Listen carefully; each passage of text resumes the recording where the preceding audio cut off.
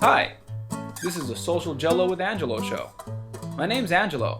I'm a social scientist, surfer, martial artist, and a whole lot of other things. Coming to you live from Kasai City, Japan, the Social Gelo with Angelo show. Welcome to another episode of Social Gelo with Angelo podcast. As you saw in the title, Hero or Lawsuit, a lawyer breaks down the airport hostage self-defense case. Imagine this. You swap places with a hostage and stop the attacker with your martial arts. You're a hero, right? Not so fast. What do you do when you get sued? Today we're talking with Anthony Miele, a lawyer, to find out what really happens when self-defense turns into a legal battle. Anthony, thanks for joining us.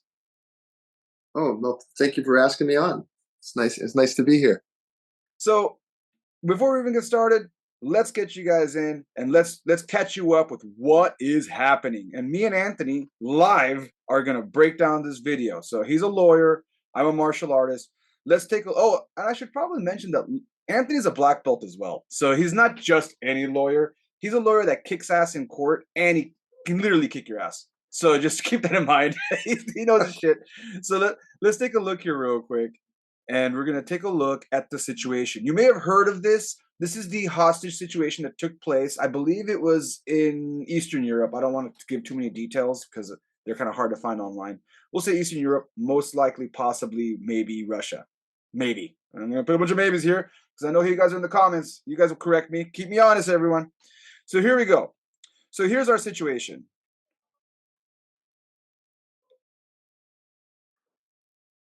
He's got the girl. She's screaming. She's got a knife.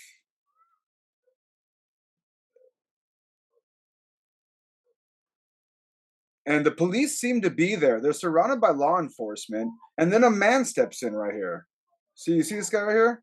Yeah. We don't know who he is. And I've seen all kinds of stuff, that he was a previous boxer, that he's got some martial arts experience. I did see something online saying that he was a boxer.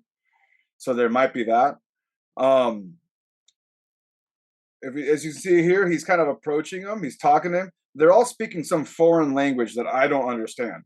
It looks like he has some, like, approval or authority, maybe. Yeah. And it's interesting that the police, I don't know, are letting this guy step in because he doesn't have a badge. Maybe he's related. Maybe he has a relationship to the woman. Maybe, but the woman's a stewardess. Right? So here's another angle of it right here. He traded. Like, he convinced him to trade. And now the girl traded with him, and now he's got him instead. So he talked him out of it. He talked him out of the hostage situation. He decided to put himself in his place. The guy agreed. He's holding the knife. Oh, there he is, right there. Grabs the knife by the blade. Now they're struggling. Law enforcement grabs him, and they arrest him. Wow.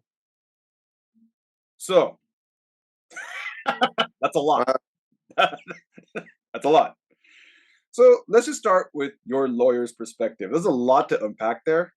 Let's just start with the very beginning, because you said this off camera. Wait a second. So you don't want me to have a martial artist? Do both. Do it all. But let's start with both at the same time? No. We'll do the martial artist later, because I'm sure a bunch of martial. I already heard people online. I would have never grabbed the knife by the blade. That's been done. From a lawyer's perspective, you're a martial artist. You see a stewardess, because she wasn't just any woman. She was a stewardess. You see a stewardess being held hostage. Flight attendant. By some flight attendant. So, I just triggered. A lot of me just got triggered. Flight attendant. Cabin attendant.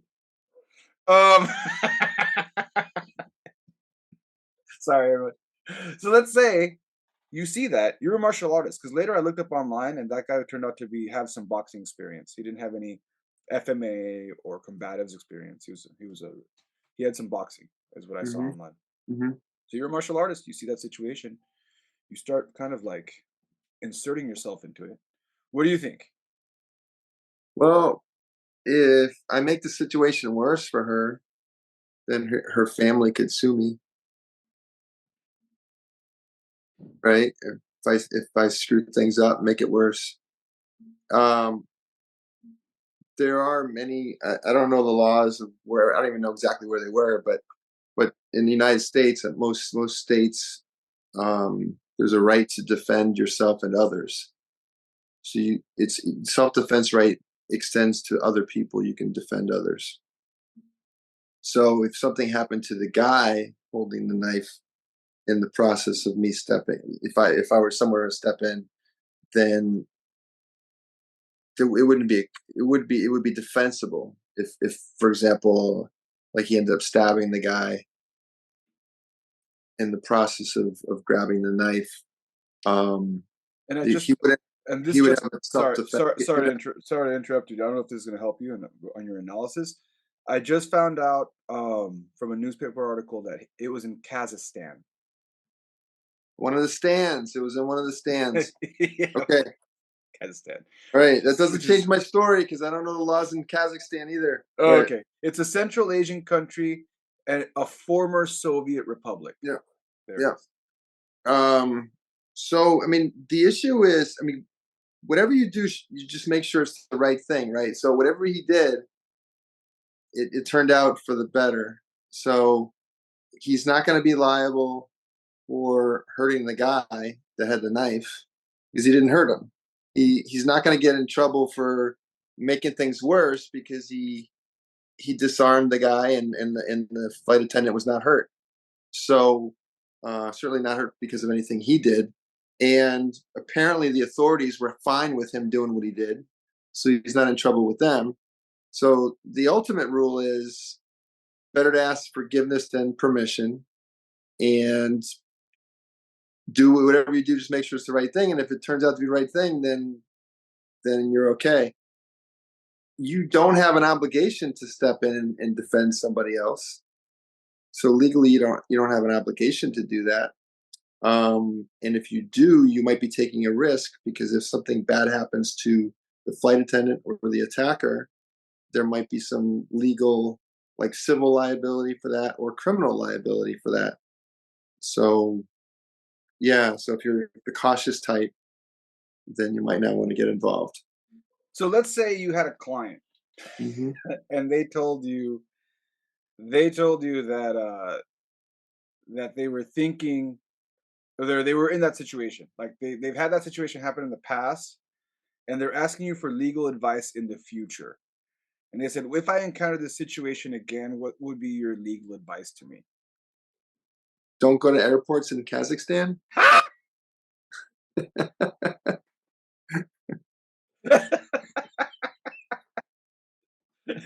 I'm a very pragmatic lawyer. So, yeah, no, I don't. Um, depends on if I had any bad experiences with flight attendants recently, where I'd be like, you know what, you shouldn't be stepping in and saving her. No, I don't know legally. I mean, I think it's still the same advice, right? Like, it do what you think is right. And if something happens and somebody gets hurt, like a lot, if in reality, the bottom line is, and now my lawyer and my martial arts experience is kind of coming together. There's a chance that you might have to kill this guy, and if you kill this guy, and the authorities come and arrest you, maybe they didn't see everything. Maybe it looked like you're the bad guy for some reason. Um, the important thing is don't say anything, don't talk, don't say anything at all. um, Anything you say can backfire on you for so many reasons. If you um, there may not be a recording of what you said, so the authorities might mischaracterize what you said. They may be able to prosecute, to prove something against you based upon some words that you uttered. um, there's just so many reasons why you shouldn't say anything and let the system deal with it later. So here, let's go back to what you just said right there. There's an important one right there. Mm-hmm. The idea of, in this particular case, there's a lot of documented footage. It's a very public area. The law enforcement's already present. And then you just switched it and said, if there's no footage, law enforcement's not present. Well, they might not have audio. Even though they have video cameras, they might not have audio. Um, but if someone's asking me for advice in the future, like, what should I do if this ever happens? Then I'm as their friend and lawyer, gonna try to like anticipate the variations of what might be the situation. Um, I mean, even if the police said, "Go ahead, why don't you step in and help us? Why don't you step in?" They might say afterwards that they didn't think that was the right thing. They might, or they didn't think I was that you were going to kill the guy. Oh yeah. So there's so many ways that can backfire on you because it's a messy self defense is messy. Defense of others is messy. And then what happens if you make it worse and then he ends up killing the victim? All right. So it's like my son's coach, like when they had the banquet, the end of the year banquet, and the coach was saying good things about my son. But one of the things he said is that there's some things that he wanted him to do a certain way, and my son did it a different way, but he got the score anyways. He got the basket anyways, so he was happy. The coach was happy.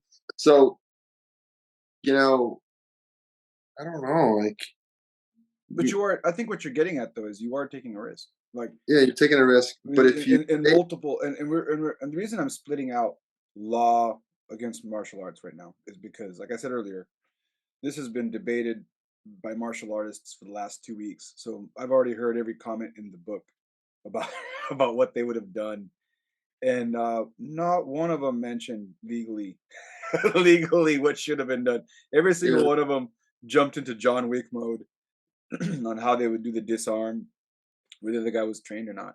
And I think what you're really touching on is, even though you're agreeing that in this particular case, hero or lawsuit, we're going towards hero here, that if we're talking about a future case, a future scenario, there is a very big possibility of lawsuit on top of this. Like and and in this situation, hey, great. From a martial artist perspective, I heard the same thing. Grabbing the knife was stupid. The way he grabbed it was dumb. There's other ways to disarm. He obviously didn't have training. It all worked out in the end. We don't know if he got a cut or not. There's a lot of stuff, but he didn't get fatally injured. Good for him. He's a hero.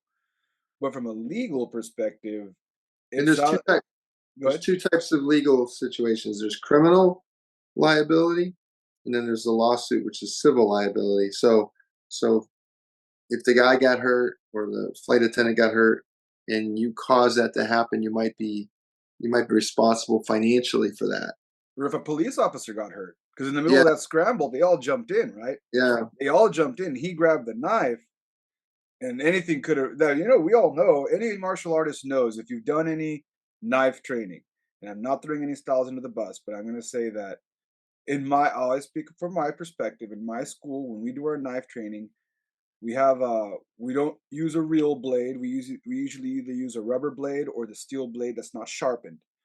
And when we do our drills, we do live drills. We do of course the feeding of the technique to figure it out, but when it's time to practice, we'll do live drills. And the first thing that comes up with students is, that was nothing how we practice. I'm like, well, because once a knife is out, once the knife is moving around, doesn't go away. it doesn't matter what style you do, whatever this, or you thought you were going to do this, or you thought you was going to be this, whatever you thought it was going to be is never that. It's probably like 2% that and something you never thought of when things work out okay. It usually Yeah, doesn't work out okay. very random. It's Yeah, very random, and in the drill it hardly ever works out okay. Sometimes it does, but yeah. hardly ever doesn't. And we talk about those statistics, but one thing I can say about 100% of those scenarios is they are completely out of control. And if you think there's control in those scenarios, good for you, then you're the knife master. But from what I've seen out of beginners,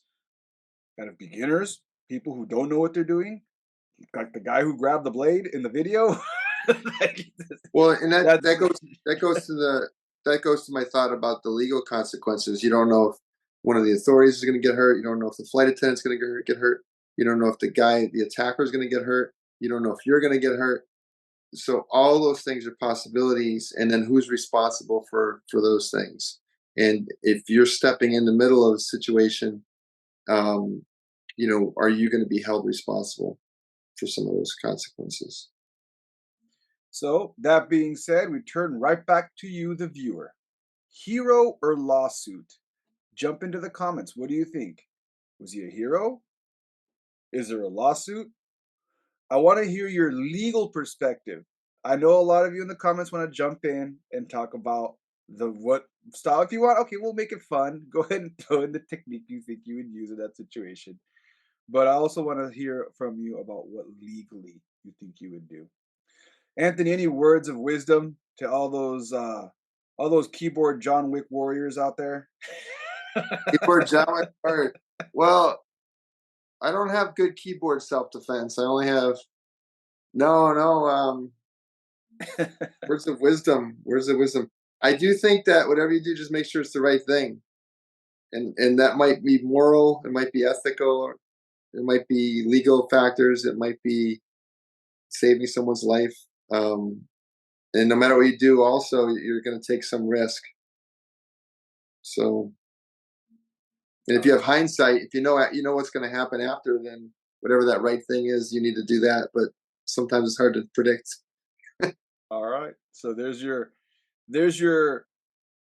I don't want to say legal advice because I think he'd be like, I didn't give legal advice. You cannot accept legal advice on YouTube. I'm pretty sure Anthony would say that. Right? Not giving legal advice to anybody. This is all hypothetical. The way my brain works, we're dotting all our T's and crossing all our I's here. Right. Right. Exactly. I purposely said that wrong. Well, I want to thank you guys for coming out. Social Gelo with Angelo podcast, a podcast about martial arts and breakdowns. Once a week, we cover these kind of topics from history of martial arts to practicality of martial arts, and today, the legalities of martial arts. Don't forget to jump into the comments and talk about what you think as far as law and what technique you might have used in that kind of situation. I'll catch you all next time.